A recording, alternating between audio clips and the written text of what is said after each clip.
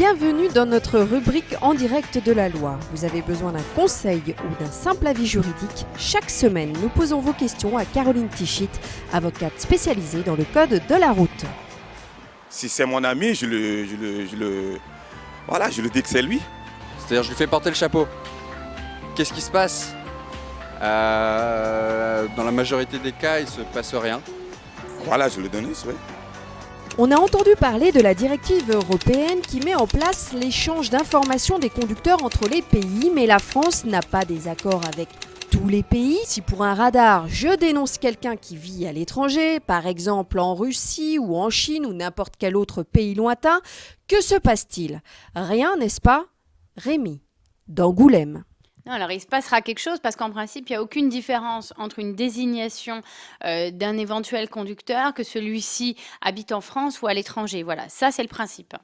Oui, mais alors, vous imaginez que vraiment, quand on désigne une personne à l'étranger, il y aura bien un avis de contravention qui lui sera envoyé? Alors oui, l'avis de contravention lui sera envoyé à partir du moment où dans le formulaire de requête en exonération qui vous permet de désigner cette personne, vous aurez bien mentionné son nom, son prénom, son adresse et son numéro de permis de conduire pour pouvoir clairement l'identifier. Dans ce cas-là, il y aura bien un envoi d'avis de contravention. Et après, alors donc si cette personne clairement désignée ne paie pas, que se passe-t-il?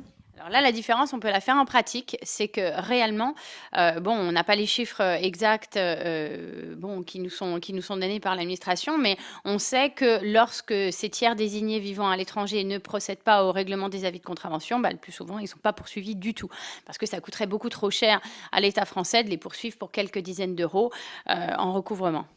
En pratique, on sait en effet qu'il y a peu de risques de voir l'administration française s'entêter à poursuivre un étranger pour une quelconque infraction relevée par un radar automatique quand il ne paie pas sa contravention. Cela dit, il est à noter que les conducteurs étrangers destinataires ainsi de PV par la poste sont plutôt dans l'ensemble de bons payeurs. Selon les chiffres du contrôle automatisé en 2013 que Caradisiac a pu consulter, les étrangers ont ainsi réglé leur contravention spontanément à plus de 60%.